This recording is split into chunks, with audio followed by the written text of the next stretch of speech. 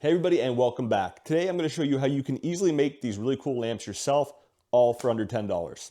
I'll show you which angles I use to achieve this look. And honestly, I'm still not sure which one I like best, the flat top finish or the angled finish. Let me know which one you prefer in the comments below. Go ahead and hit that like, that hype button, and if you haven't already, hit that subscribe button. Now let's get to the build.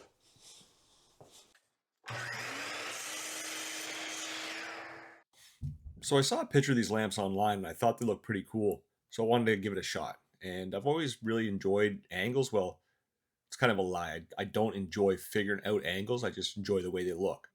And if you looked at this project and thought that the angles look complicated, I promise you, they look more complicated than they actually are. I'm using a piece of 1x12 pine shelving for this project that I got from a salvage rack at my local big box store. I only paid $1 for this. I need 4 pieces at 6 inches wide. I don't really know what my final dimension is going to be yet, but I figured this is going to be plenty wide enough and I could rip it down later. And while I'm cutting this, I'm going to pick and choose what sections I want and avoid the giant knots that got me such a great deal on this piece of wood. I decided I'm going to cut 8 pieces so I can make 2 lamps. Not because I want 2 lamps, but I am horrible for following plans or writing stuff out, and I'm just going to wing this, so I expect I'm going to waste a couple pieces. I'm essentially going to be building just a big elongated box, and I'm going to miter all 4 of my corners, so I'll start by ripping down one side of each piece at a 45-degree angle.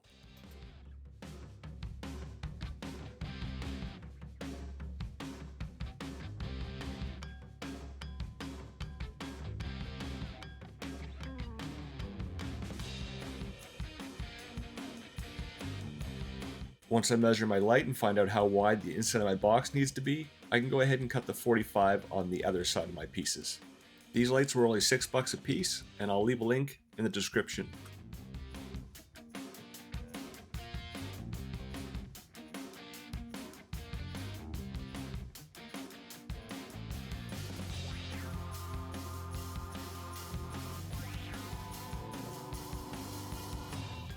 Before I glue everything up, I'm going to give the inside just a quick sand, just so I don't have to deal with it later.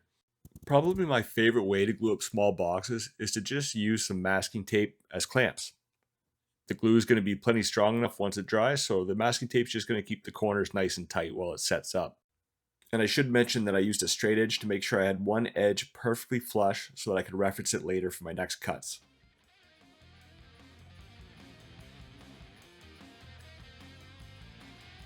Don't forget to hit that hype button, it really helps the channel out.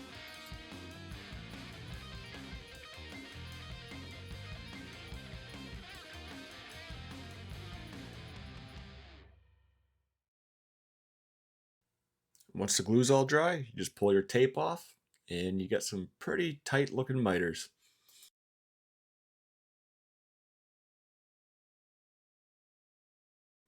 And now I'm going to give the outside a quick sanding.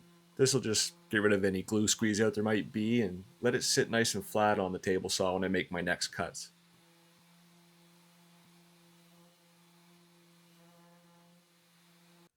Alright, now I need to cut my small square pieces that I'm going to set at the angles. And for this I'm going to use my table saw and my miter gauge, so I just set my blade height to just slightly above the material, which is 3/4 of an inch. And my first cut's just going to be to square up the edge of the box that I did not use my straight edge on. I'm going to make each one of my squares 3/4 of an inch thick. And since I have a just some miter gauge, it's really easy just to move this stop block over 3/4 of an inch. Well, actually it's 7/8 of an inch because I have to leave that 1/8 of an inch for the curve of the blade as well. But if you don't have a stop block and a miter gauge like this, you can simply use a measuring tape and mark it.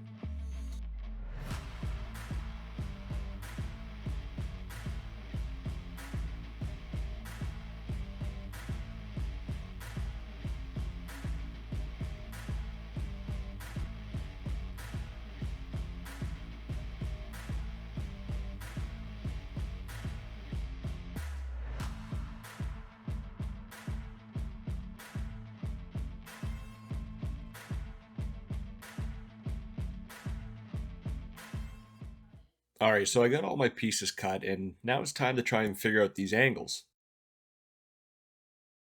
I cut a few extra squares just for this purpose, and I just made a couple test cuts at certain angles that I thought might work. Then I just kind of played with them and stacked them on top of each other and kind of came up with a look that I liked.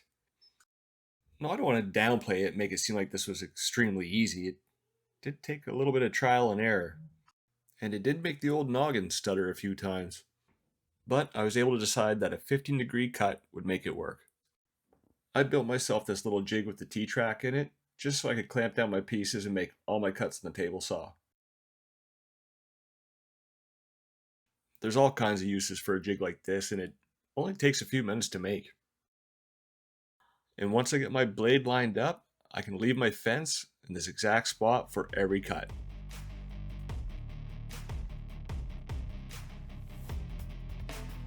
For all the pieces except for the last piece, you're going to put two 15-degree cuts on them. You're just going to flip it end for end like this, so that the cuts are on opposite sides and opposite ends.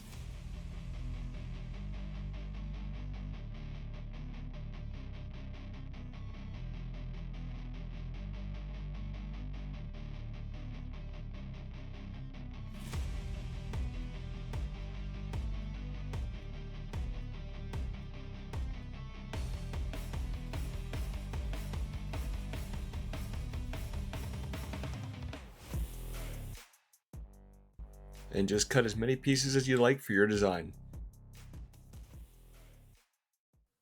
To put everything together, I'm just going to use glue and clamps.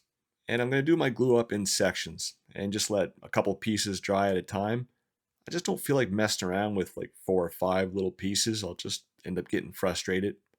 And I'm on no real time crunch for this project, so no rush.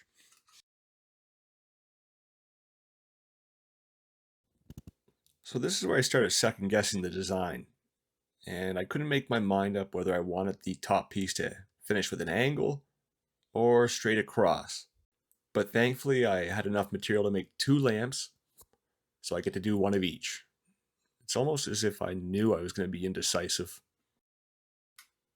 I had originally thought I was going to have to do something fancy for the bottoms, cut out a little hole for the charging port or the switch.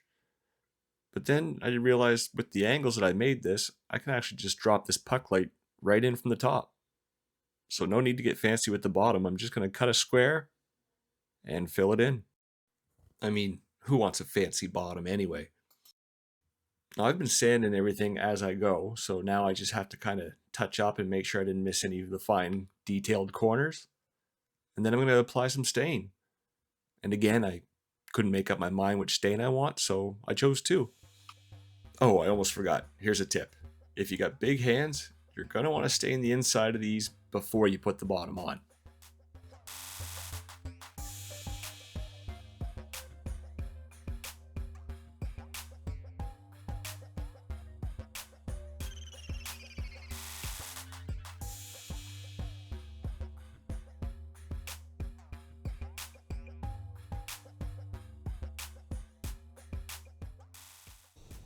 And there you have 2 pretty cool looking lamps. Which stain do you like the best? I think both of them look pretty good. I hope you enjoyed the video, and if you have, be sure to hit that like button and subscribe. Till next time.